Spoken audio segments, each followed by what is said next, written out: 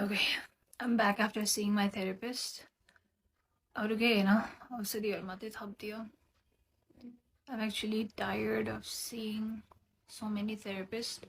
किनभने सबैलाई सुरुदेखि भन्नुपर्छ अनि त्यो भन्दाखेरि हुन्छ नि I relive all of those moments again. But it's fine. I'm making this video to हुन्छ नि let people know कि people go through this and you should speak it out. किनभने मैले गरेर मिस्टेक चाहिँ कसैले पनि नगर्नु. मैले कसैलाई पनि नभनेर गल्ती गरेँ भन्नु पर्दो रहेछ.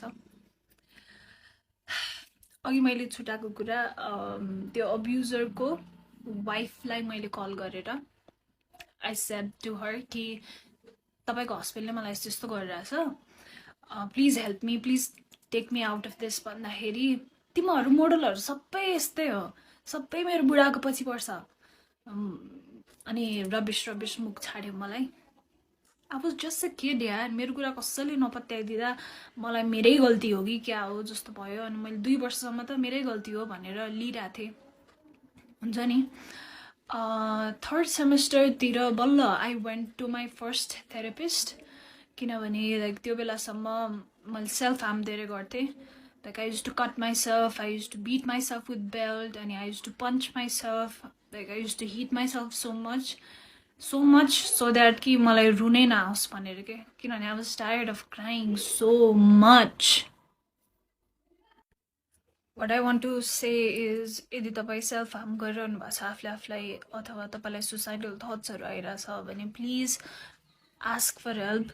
आई नो मलाई पनि हुन्छ नि कसैलाई दुःख दिनु मन लाग्दैन, त्यसलाई फोन गरेर भनेर किन दुःख दिनु, उसको टाइम वेस्ट हुन्छ अथवा दे माइट बी बिजी भनेर I didn't ask for help many times, but please ask for help. And please मैले यत्रो वर्ष I couldn't build a healthy relationship with my parents किनभने obviously I was that arrogant teenager who used to think कि parents मेरो दुश्मन हो अनि they do not want me to be me. They still don't want me to be me, but that's something we'll talk about another time. But please build a good relationship with your parents. At the end of the day, there is going to be no one except your parents. No one. I am serious. No one. So please build a good relationship with your parents. एउटा healthy relationship जहाँ तपाईले झुट बोल्नु नपरोस् क्या. तपाईले चुरोट खाएर आउनु भएको छ भने पनि मम्मी मैले आज चुरोट खाएर आएँ भनेर भन्न सक्नु पर्यो क्या. Okay. So मलाई दशा लाग्थ्यो कि के भएको थियो थाहा छैन, तर one after another wrong events kept on happening with me. So the first therapist that I saw, म उहाँको नाम लिदिनँ, but he has a clinic in Tinkune. I guess everybody knows him.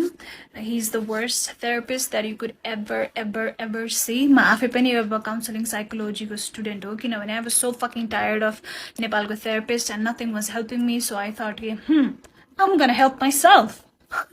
त्यही भएर म masters in counselling psychology join गरेँ हो. Join गरेपछि धेरै कुरा मैले आफैले थाहा पाएँ, मैले धेरै कुरा आफ्नो चेन्ज पनि गरेँ, मलाई धेरै हेल्प पनि भयो. बट स्टिल मेरो एउटा सेमेस्टर बाँकी छ, थेसिस लेख्न बाँकी छ, म स्टिल काउन्सिलिङ साइकोलोजिस्ट भए भनेर कहलिन बाँकी छ.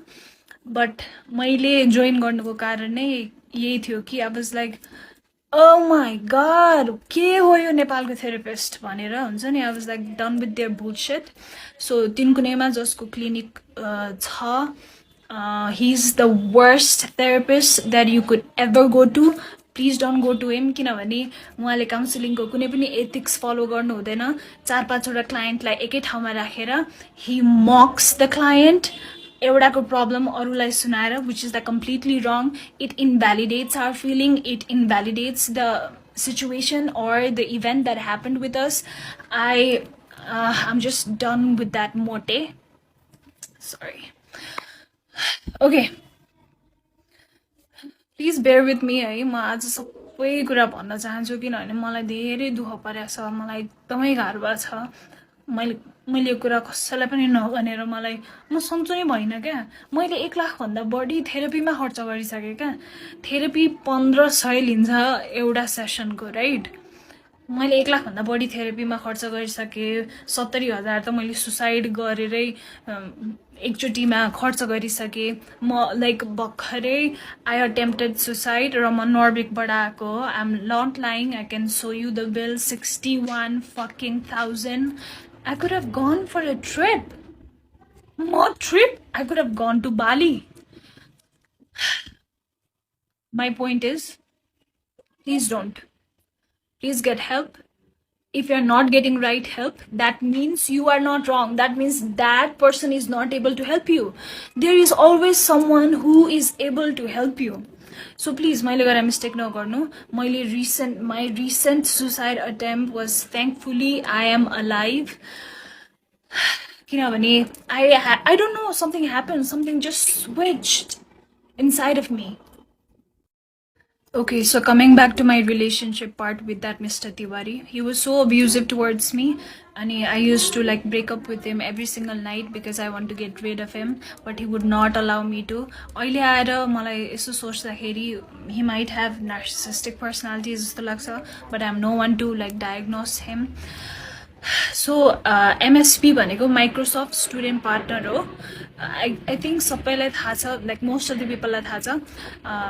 So मेरो कलेजबाट म र एउटा केटा सेलेक्ट भएको थियो MSP को लागि अनि हामीलाई धुलीखेल चाहिँ 2 दिनको बुट क्याम्पको लागि लिएर गएको थियो अनि म धुलीखेल गएँ है अनि त्यो तिवारीले कहाँबाट थाहा पाएछ अनि he started texting me कि ओ अब त त्यहाँ भएको सब केटाहरूसँग सुत्छेस त त्यही सुत्नलाई गएको हो सो मेरो कलेजबाट हामी 1 2 3 4 5 जना गएको थियौँ all boys and me म एक्लै गर्ल कोडिङ बुट क्याम्प थियो समथिङ के बुट क्याम्प थियो अहिले मैले बिर्सेँ हैन अनि he used to say कि ओ अब एकपछि अर्को त सबैसँग सुत्छस् होला यताउति भनेर अनि he threatened me to like come to that Dhulikhel resort हामी धुलीखेल रिजोर्टमा थियौँ अनि त्यहाँ आएर म तेरो सबको अगाडि बेइज्जत गरिदिन्छु भन्ने जस्तो कुरा गरेर he like literally scared the shit out of me अनि he came also he came मलाई कल गर्यो म डराएर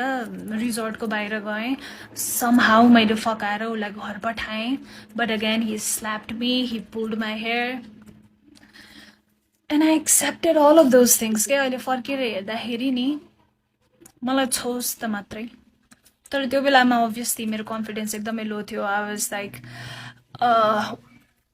1 ounce of love को लागि म जे गर्न नि तयार थिएँ because मेरो मेन्टालिटी नै like fucked up भइसकेको थियो नि त त्यो मोमेन्टसम्म अनि त्यो boot क्याम्पमा I met another guy Mr. Rimal please remember this Mr. Rimal so he was doing engineering from engineering college अनि we met त्यसपछि obviously flirty and all भयो अनि next day त्यो बुट क्याम्पबाट फर्किएको next day he sent me Facebook request अनि we started talking he was super handsome I fell for him अनि त्यसपछि I shared everything to him कि मसँग के भइराछ र मेरो अहिलेको boyfriend Mr. तिवारीले मसँग के गरिराछ and I asked him that if you could help me please take me out of this and he agreed to help me. This Rimal guy, he promised to help me. We were just friends, okay? Remember, we were just friends. अनि एकछिन फिल्मी set भयो like उस रिमालले केटाहरू बोलायो अनि तिवारीले 2 जना केटाहरू बोलायो I know it was like really funny. अनि तिवारी said कि okay, this call belongs to you. I would not fight for it भनेर because that Rimal guy brought so many guys. And since that Rimal guy helped me to get rid of Mr. Tiwari, I started idolizing him. He was like an angel to me. And eventually he proposed and we got into relationship. And he was nice to me for 2 weeks or so. Especially he started showing his color. Because he knew Nita. He knew I respected him so fucking much. अनि he knew कि उसले जे भने पनि म मान्ने स्टेटमा थिएँ कि किनभने मलाई त्यस्तो पेनफुल रिलेसनसिपबाट निकालेको हो नि त रिमालले so I was like fucking he was like fucking god to me अनि so he started like misusing that power. अनि he started saying to suck his dick in public भन्नाले public cafeहरूमा. He started like asking to have sex with me even on my period. He was like so much into himself that he used to think every girl would fall in love with him. And he was a fucking Scorpio, by the way. I'm also a Scorpio, but that's a different thing. So रिलेसनसिपमा भएको 2 weeks पछि रिमालले मलाई त्यस्तो त्यस्तो गर्न थालेपछि हुन्छ नि I already had this bad feeling.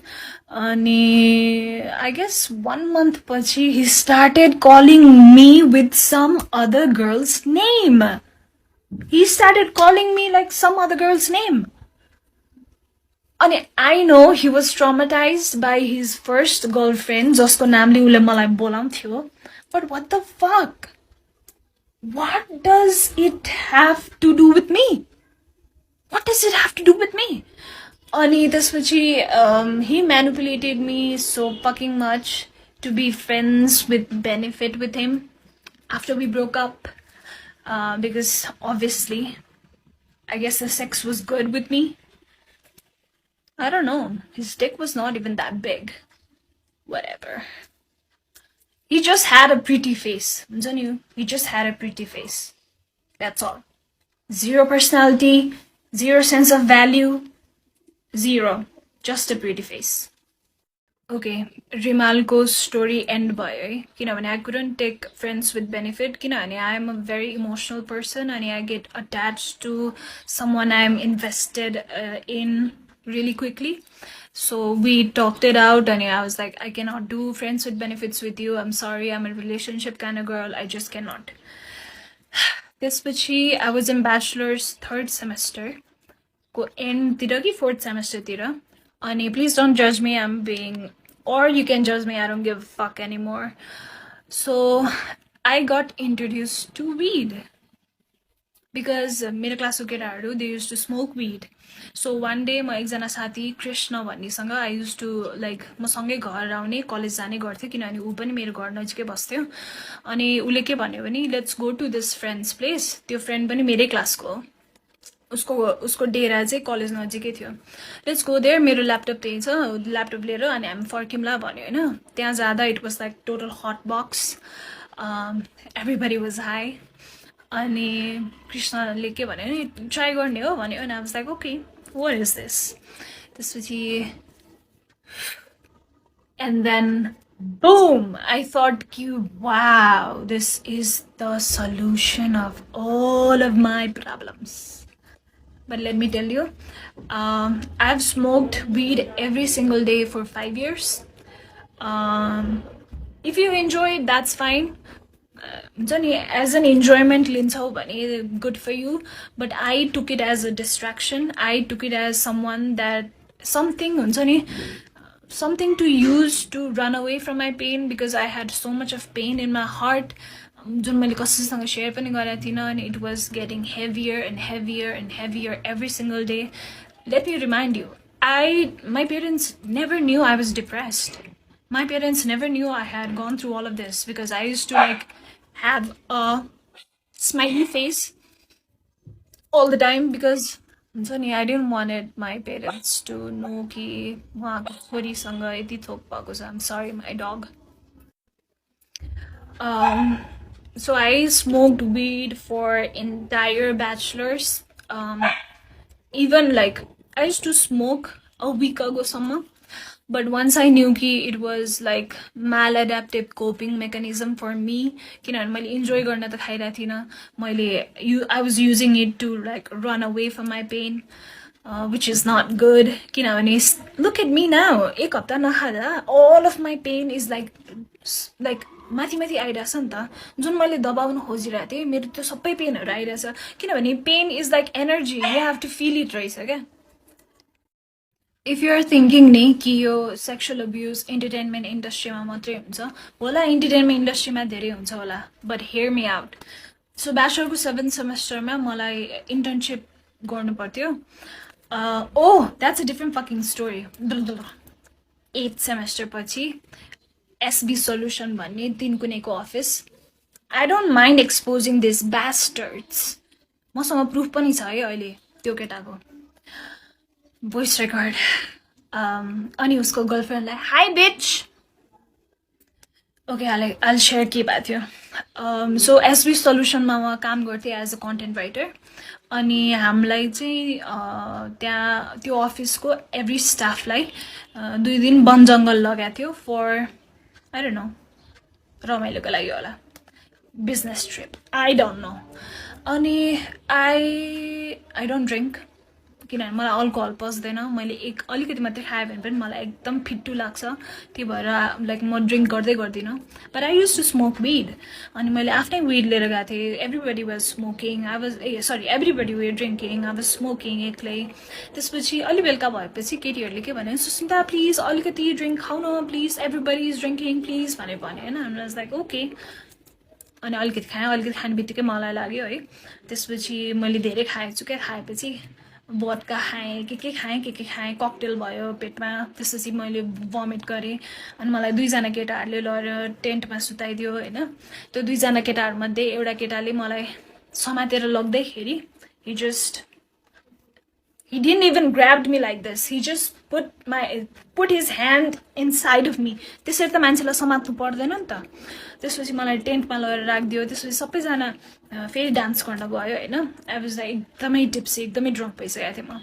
अनि त्यसपछि ड्रङ्क भयो पनि त आफूलाई थाहा हुन्छ नि त यार के भइरहेछ आफ्नो सराउन्डिङमा भनेर. कन्सियसली केही गर्न नसक्ने छुट्टै कुरा हो होइन. त्यसपछि what I realized is someone pulling my pants and fucking fingering me. त्यसपछि that was the first time I screamed. That was the first time I screamed when someone was abusing me.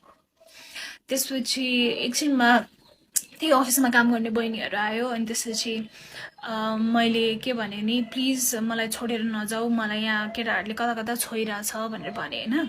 उसले गएर अरू केटीहरूलाई भनेछ. अनि सबैले के भनेछन् भने सुस्मिताले रक्सी खाएको भएर यस्तो भनेको हो भनेछन् होइन. त्यसपछि बिहान उठेर अनि ब्रेकफास्ट गरेपछि मैले सबै केटीहरूलाई भने कि मसँग यस्तो भएको थियो भनेर. अनि मेरो कुरा कसैले पनि पत्याएन है, एक्सेप्ट एकजना I don't know her name, मैले बिर्सेँ अहिले. त्यसपछि सबैजनाले के भन्यो भने अफिसमा गएर कुरा गर्ने भनेर भन्यो होइन.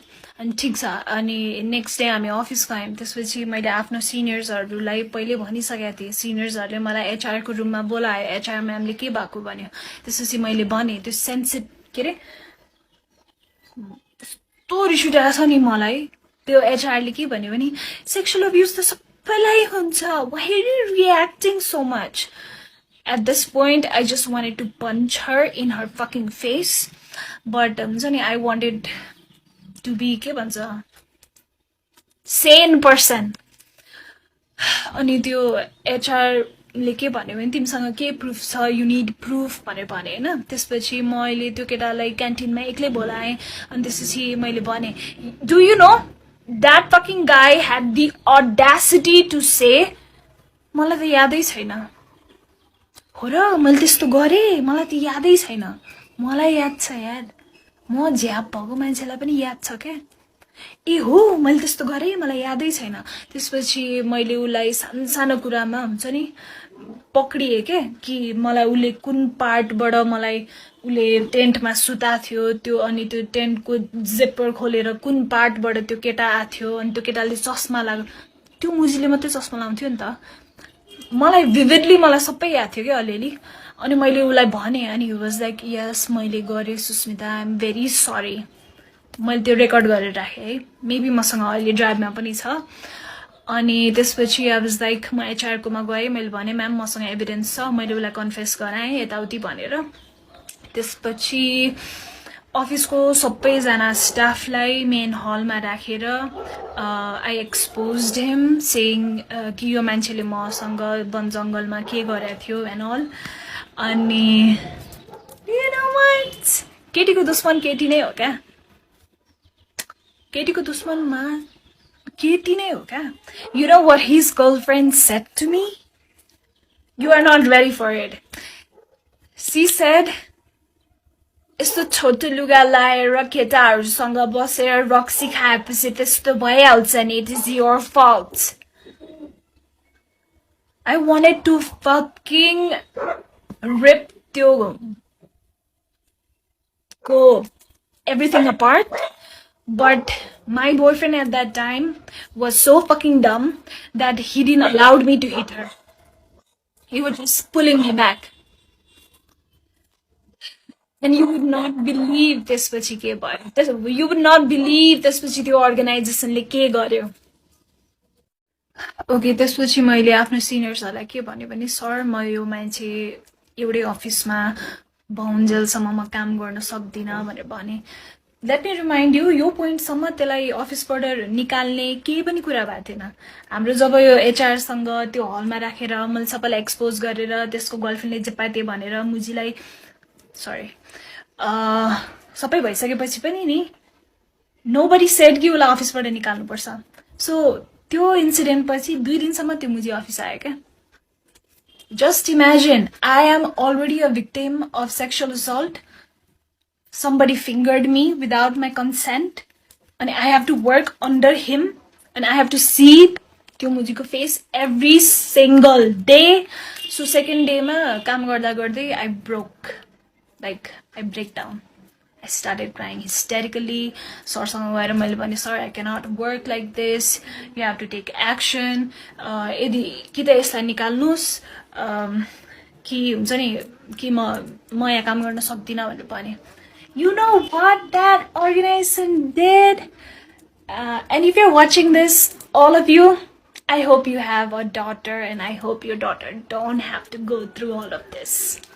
So the organization ले त्यो केटालाई letter salary plus bonus plus एउटा सुभेनियर गिफ्ट त्यो पनि ऱ्याप गरेको अलङ विथ सबैलाई पर्सनली भेटेर बाई भन्दै निकाले त्यसलाई, राइट. त्यसपछि म अफिस फेरि जान थालेँ अनि obviously I couldn't work in that environment. अनि मैले के भने, सर म यहाँ काम गर्न सक्दिनँ, I'm really sorry, I'm quitting भनेर भने हैन. Wow, these motherfucking bastards. I wish I could like cut their dick and balls off and त्यसपछि make a shake and त्यसपछि हुन्छ नि मुख खोलेर तिनीहरूलाई नै हाल्दिन पाए पनि हुन्थ्यो. I wish. You know what that organization did? मैले जब सर म काम गर्न सक्दिनँ, प्लिज मेरो जति अहिलेसम्मको पेमेन्ट अहिलेसम्मको मेरो लेटर प्लिज रेडी गरिदिनु भन्दा, they didn't give me any letter. They didn't give me my salary. म 2 हप्ता धाएँ for my salary, and they were like, we are not taking you. Sorry for what happened. We are not responsible.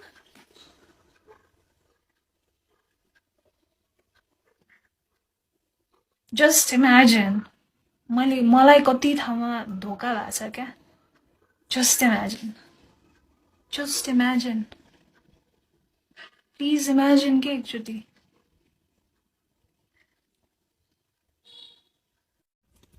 यो SB solution वाला incident हुँदाखेरि I was in a relationship with a guy. Let's call him Mr. Yogi. मेरो first long-term relationship थियो यो. We were in a relationship for 1.5 years. And this guy was along with me throughout my breakdowns. The office got exposed गर्दाखेरि. But one thing is all of these guys failed to save me. Every time यार 2014 वाला इन्सिडेन्टमा पनि मलाई police case गर्नु मन थियो, तर mister खड्काले के भन्यो, नगर, इज्जत जान्छ, nobody will marry you, my family won't accept you, बवाल हुन्छ. अनि यो एसपी सल्युसनको इन्सिडेन्टमा पनि my yogi boyfriend at that time was like, police case नगर, त्यो केटाको लाइफ बर्बाद हुन्छ, he did a small fucking mistake. That's why I fucking left you, Thaza. Because you didn't stand up for me. You were not able to save me. You were not able to protect me. We were in love. We were in relationship. Now how the fuck can I trust anyone? How the fuck can I trust anyone? I'm sorry to say, त्यही भएर मेरो कुनै पनि friendship stable छैन. I can't. Sorry, म trustै गर्न सक्दिनँ. Because everybody I know, everybody I believed in turned their back on me when I needed them the most.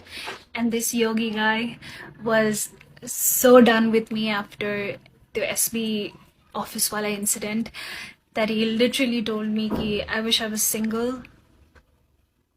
That's why I let him go. That's what you do, right? That's what you fucking do. I'll never forget you, and I'll never forgive you. Especially Mr. Khadka and Mr. Yogi.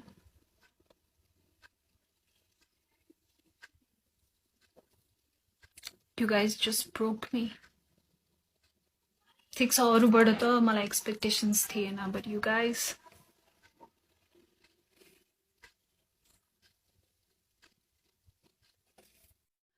I had been distracting myself with weed, with multiple relationships, smoking every day and running, like jumping from one relationship to another. But distraction is not solution, Reza. Once I stopped distracting myself, there's a pain because that pain gets stored in your body in a form of energy, and that should be released in a form of energy. Because science, energy can neither be created nor be destroyed. It can be transferred from one form to another.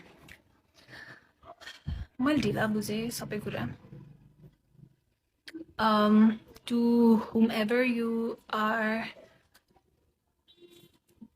is watching this, if you're going through something, dealing with it, solution Reza, running away from it's a solution Reza. म धेरै वर्ष भागे, finally अब भाग्दिन, अब म face गर्छु भनेर बसेको छु. I have nightmares. I cannot sleep. I have no appetite at all. I get panic attacks. I have like constant anxiety. And one time I'm okay, one time I'm like super depressed.